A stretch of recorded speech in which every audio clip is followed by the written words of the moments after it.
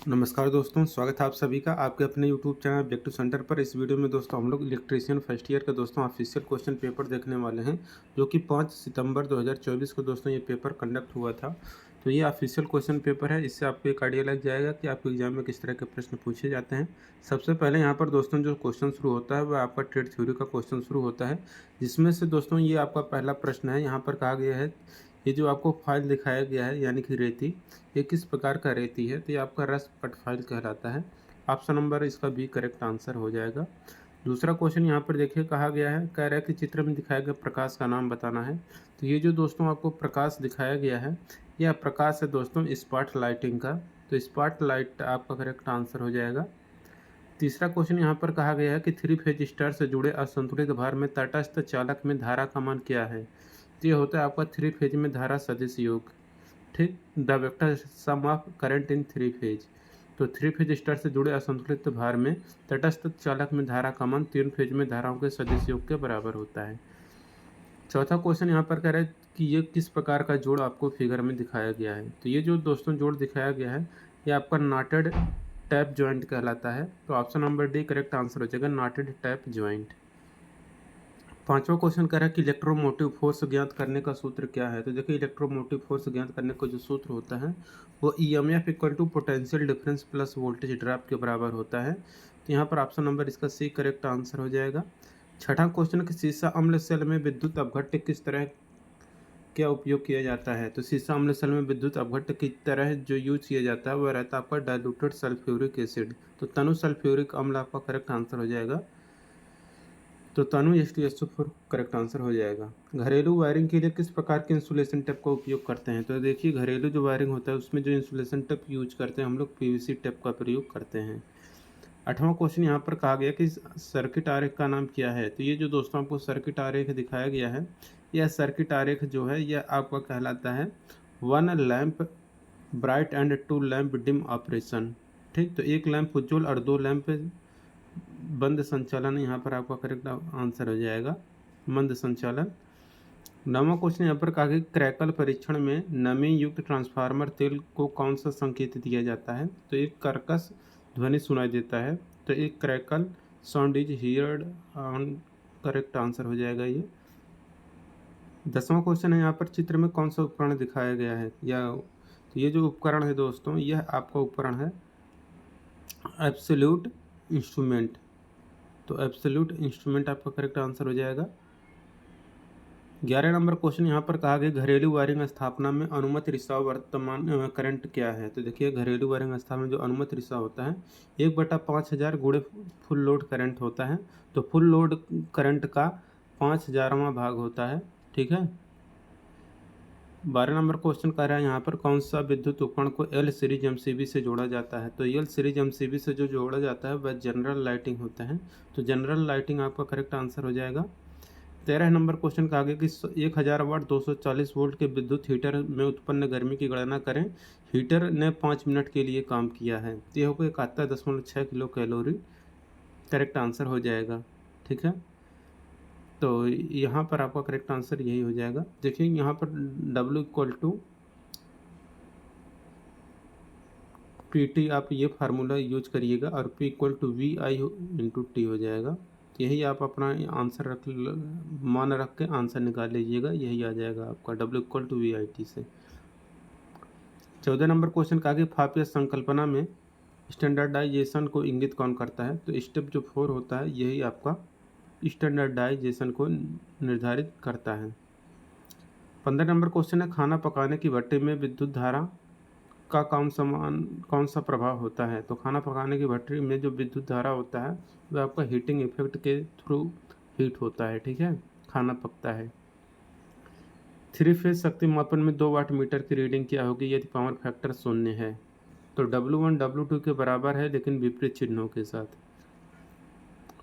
17 number question यहाँ पर व्यावसायिक उद्देश्य के लिए अस्थायी चुंबक बनाने के लिए चुंबकीकरण की किस विधि का उपयोग करते हैं?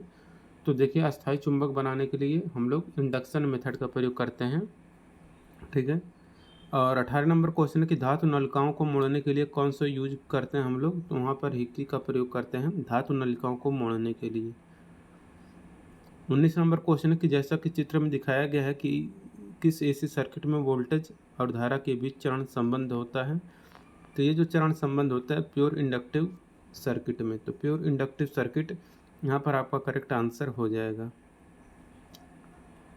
20 नंबर क्वेश्चन है, चित्र में दिखाई गई सोल्डरिंग विधि का नाम क्या है? तो ये देखिए जो सोल्डर किया जा रहा है, सोल्डरिंग गन से सोल्डर किया जा रहा है। Option number B correct answer हो जाएगा। 21 नंबर क्वेश्चन है, यदि तापमान में वृद्धि के साथ प्रतिरोध का मान बढ़ता है तो प्रतिरोधक का नाम क्या होगा? तो आपका कहलाएगा सेंसिस्टर। दोस्तों आईटीआई के जितने भी छात्र हैं, आप लोग क्या करिएगा कि ये जो आईटीआई सरकारी रिजल्ट वेबसाइट है, आप लोग इसको ज़रूर विजिट करिएगा, क्योंकि आईटीआई के जितने भी सरकारी जॉब निकाले जाते हैं आपको इसी वेबसाइट पर देखने को मिलेगा। आईटीआई सरकारी रिजल्ट पर, आईटीआई सरकारी रिजल्ट पर देख सकते हैं latest job admit card result answer की, यहाँ तक कि आईटीआई वालों के लिए एक स्पेशल सेक्शन भी बना दिया गया है जो कि आईटीआई एग्जाम से संबंधित है। आपको बस इस ऑप्शन पर क्लिक करना है। जैसे क्लिक करेंगे तो देखेंगे यहाँ पर आईटीआई से संबंधित डीजीटी के द्वारा जो नोटिस दिया जाता है वो नोटिस आपको देखने को मिलेगा। बाकी आईटीआई का एडमिट कार्ड रिजल्ट आंसर की और सर्टिफिकेट डाउनलोड करने का लिंक आपको यहाँ पर दिया गया है। और तो और यहाँ पर आईटीआई का स्पेशल टेलीग्राम ग्रुप क्रिएट किया गया है। अगर आप लोग इसमें नहीं जुड़े हैं तो आप लोग जुड़ जाइएगा। निम्मी का क्वेश्चन बैंक जो होता है ऑफिशियल डीजीटी के द्वारा जो जारी किया गया है वो यहाँ पर आपको मिल जाएगा। अब आप लोग देख सकते हैं कि सभी ट्रेड का सभी पीडीएफ आईटीआई निम्मी क्वेश्चन बैंक पीडीएफ डाउनलोड करने का लिंक मिल जाएगा फर्स्ट ईयर और सेकंड ईयर दोनों के लिए। यहाँ पर देखिए वर्कशॉप कैलकुलेशन एंड साइंस का फर्स्ट ईयर का है, यहाँ पर सेकंड ईयर का है। फर्स्ट ईयर का देखिए यहाँ पर जो चैप्टर है वो आपका दिया गया है, चैप्टर का नाम, यहाँ पर उसका एमसीक्यू और यहाँ पर उसका वीडियो सॉल्यूशन चैप्टर का दिया गया है, आप लोग देख सकते हैं। यहाँ पर मैराथन वीडियो भी आपको प्रोवाइड कर दिया गया है, आप लोग इस पर क्लिक करके देख सकते हैं। पीडीएफ फाइल यहाँ पर आपको निम्मी का जो ऑफिशियल क्वेश्चन बैंक है वो यहाँ पर आपको मिल जाएगा, देख सकते हैं। सेकंड ईयर का यहाँ पर है, फर्स्ट ईयर का यहाँ पर है। और इसी तरह से एम्प्लॉयबिलिटी स्किल का भी जो नया पीडीएफ है वो भी आपको मिल जाएगा। हर ट्रेड का फिटर, इलेक्ट्रीशियन, वेल्डर, हर एक ट्रेड का यहाँ पर आपको दे दिया गया है। जाके यहाँ से डाउनलोड कर सकते हैं, रिजल्ट देख सकते हैं, आंसर की सब कुछ यहाँ से चेक कर सकते हैं।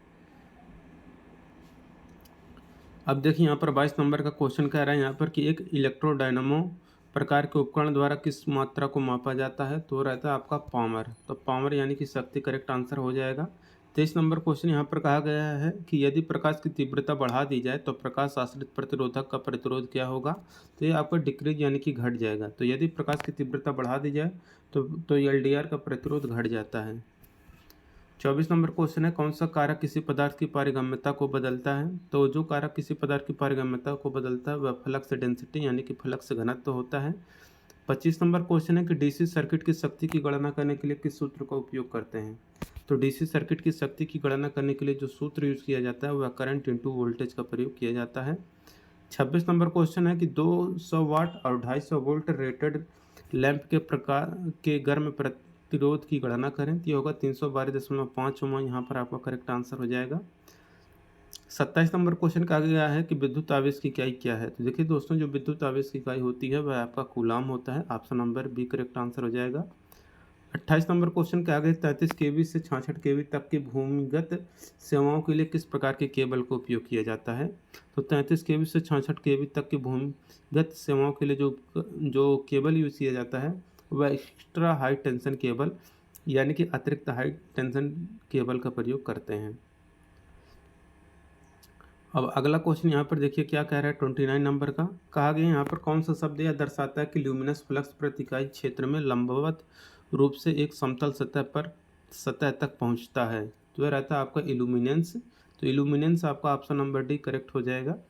30 नंबर क्वेश्चन कहा गया यहाँ पर ट्रांसफार्मर तेल के क्रैकल परीक्षण द्वारा किसका निर्धारण किया जाता है? तो ट्रांसफार्मर तेल के क्रैकल परीक्षण द्वारा हम लोग मॉइस्चर यानी कि नमी का निर्धारण करते हैं। 31 नंबर क्वेश्चन है कि मेगर को निष्क्रिय रखने पर सूचक स्केल पर कहीं भी क्यों रहता है? तो ये रहता है आपका कि it is not having controlling torque, यह बलाघुण को नियंत्रित नहीं कर सकता है मेगर को निष्क्रिय रखने पर सूचक स्केल। 32 नंबर क्वेश्चन कह रहा है यहाँ पर ट्रांसफार्मर तेल में नमी को प्रवेश करने से रोकने के लिए ब्रीदर में किस पदार्थ का उपयोग किया जाता है? तो ट्रांसफार्मर तेल में नमी के प्रवेश को रोकने के लिए ब्रीदर में जो हम लोग पदार्थ यूज करते हैं वह सिलिका जेल होता है। 33 नंबर क्वेश्चन है कि 3 फेज प्रणाली में न्यूट्रल करंट शून्य कब होती है? तो 3 फेज प्रणाली में न्यूट्रल करंट जब शून्य होती है वो रहता है आपका बैलेंस्ड स्टार सिस्टम। तो बैलेंस स्टार सिस्टम आपका करेक्ट आंसर हो जाएगा। 34 नंबर क्वेश्चन की मानक मापन उपकरणों में नियंत्रित स्प्रिंग बनाने के लिए किस सामग्री का उपयोग करते हैं? तो मापन उपकरणों में नियंत्रण स्प्रिंग बनाने के लिए जो सामग्री यूज करते हैं वह आपका फास्फर ब्रॉन्ज होता है। Option number B correct answer हो जाएगा। 35 नंबर क्वेश्चन है, यदि सर्पिल रूप से लपेटी गई कॉइल में विद्युत धारा प्रवाहित की जाए तो किस प्रकार का प्रभाव होता है? तो ये आपका मैग्नेटिक इफेक्ट यानी कि चुंबकीय प्रभाव कहलाता है। 36 नंबर क्वेश्चन है कि तांबे का विद्युत रासायनिक तुल्यांक कितना होता है? तो तांबे का जो विद्युत रासायनिक तुल्यांक होता है 0.329 मिलीग्राम प्रति कूलाम होता है। 37 नंबर क्वेश्चन है कि गैस टाइट विस्फोटक स्थापना के लिए किस प्रकार का कंड्यूट का उपयोग किया जाता है? तो इसके लिए रिजिड स्टील कंड्यूट का उपयोग करते हैं। ऑप्शन नंबर ए करेक्ट हो जाएगा। 38 नंबर क्वेश्चन, चित्र में धारा और वोल्टेज तरंग के बीच क्या संबंध दर्शाया गया है? तो धारा और वोल्टेज तरंग के बीच जो संबंध दर्शाया गया है ये आपका current and voltage are in phase, धारा और वोल्टेज समान कला में है। करेक्ट आंसर हो जाएगा।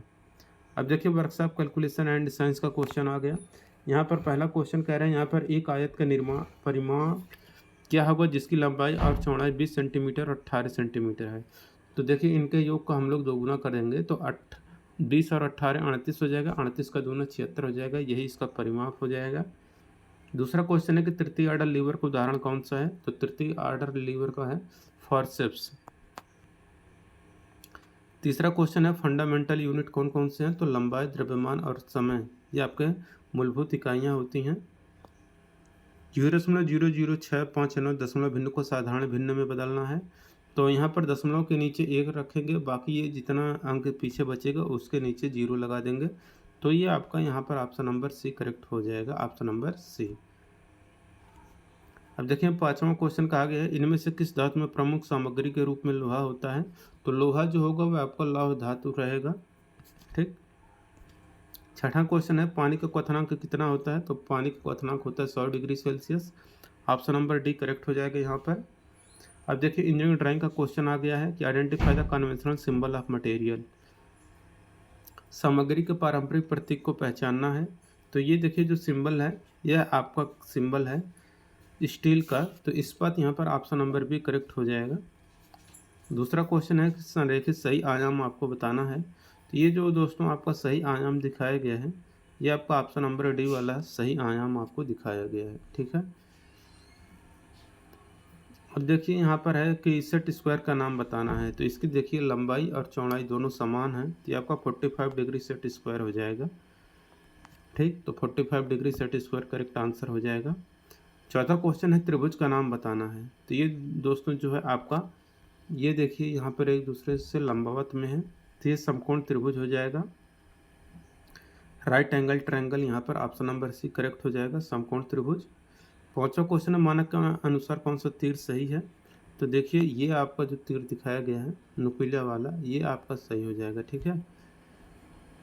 अगला क्वेश्चन है ये किस प्रकार का उपकरण है? तो देखिए ये आपका हथौड़ा है और ऊपर पिन है, तो बाल की तरह है, तो बाल पिन हैमर हो जाएगा ये। तो बाल पिन हैमर है, ऑप्शन नंबर डी करेक्ट हो जाएगा। अब देखिए एम्प्लॉयबिलिटी स्किल का दोस्तों आपको 25 क्वेश्चन देखने को मिलेगा। पहला क्वेश्चन है कम्युनिकेशन जिसमें शब्दों के उपयोग के बिना सूचना का आदान प्रदान शामिल होता है, ये आपका नॉन वर्बल कम्युनिकेशन कहलाता है। ऑप्शन नंबर सी करेक्ट हो जाएगा। दूसरा नंबर क्वेश्चन यहाँ पर कहा गया पिन का फुल फॉर्म क्या होता है?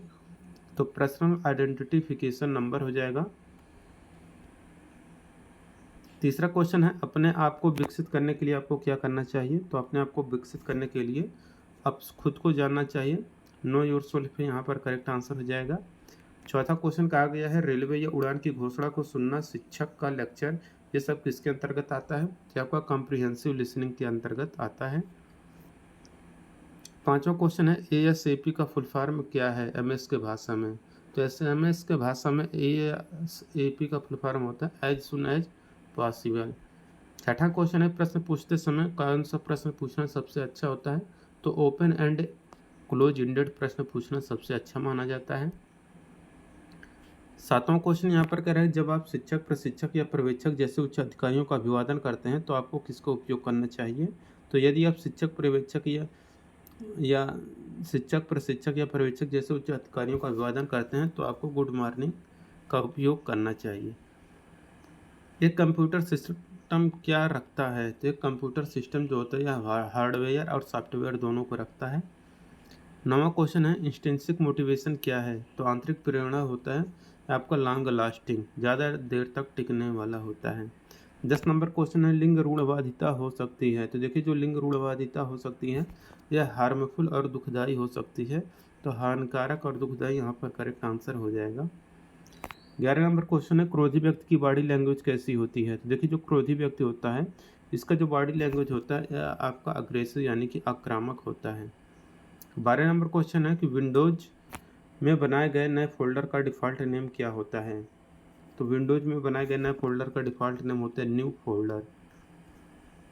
13 नंबर क्वेश्चन है दिखाए गए प्रश्न का सही उत्तर चुनिए। तो सही उत्तर होगा have been. How have you been? तो यहाँ पर हो जाएगा very well and you, correct answer हो जाएगा। 14 नंबर क्वेश्चन करें एक विकास मानसिकता वाला व्यक्ति हमेशा कैसा तैयार रहता है? तो बढ़ने, बदलने और सीखने के लिए हमेशा तैयार रखता है विकास मानसिकता वाला व्यक्ति। 15 नंबर क्वेश्चन है कि एंट्री लेवल जॉब का क्या मतलब है? तो देखिए एंट्री लेवल जॉब का मतलब होता है ये एक शुरुआती या जूनियर स्तर की नौकरी होती है। 16 नंबर क्वेश्चन कह रहा है कि आपको यहाँ पर करेक्ट वर्ड भरना है दे आर गुड फ्रेंड। तो यहाँ पर हो जाएगा दे के साथ आर आएगा तो दे आर गुड फ्रेंड हो जाएगा। 17 नंबर क्वेश्चन है सभी धर्म या किसी भी धर्म के लोगों के साथ समान व्यवहार नहीं किया जाता है। ऐसा सेक्युलर देश जो होता है यह सेक्युलर कंट्री धर्मनिरपेक्ष देश कहलाता है। 18 नंबर क्वेश्चन है कि भूमिका निभाने का कौन सा लाभ नहीं है? तो ये आपका बोरियत पैदा करता है, डेवलप बोर्डम आपका करेक्ट आंसर हो जाएगा।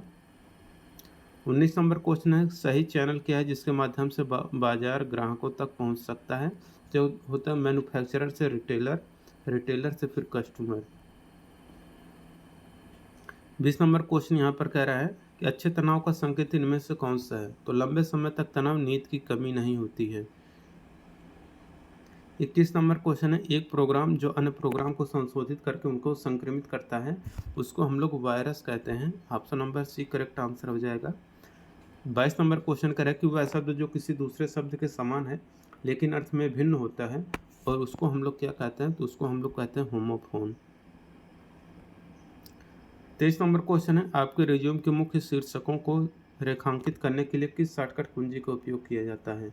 तो रिज्यूम के मुख्य शीर्षकों को रेखांकित करने जो शॉर्टकट कुंजी यूज करते हैं वह Ctrl+U होता है। 24 नंबर क्वेश्चन कह रहा है कौन सा सोशल नेटवर्किंग साइट है? तो देखिए जो सोशल नेटवर्किंग साइट है वह आपका फेसबुक है, तो फेसबुक आपका करेक्ट आंसर हो जाएगा। 25 नंबर क्वेश्चन कहा गया है कि आर्थिक विकास में उद्यमी की भूमिका क्या होती है? तो ये होता है इम्प्रूव पर कैपिटा इनकम, प्रति व्यक्ति आय में सुधार करना आर्थिक विकास में उद्यमी की भूमिका होती है। तो दोस्तों ये आपका कंप्लीट होता है। वीडियो अच्छा लगा वीडियो को लाइक करिए, अपने दोस्तों के साथ शेयर करिए। मिलेंगे नेक्स्ट वीडियो में। Thank you.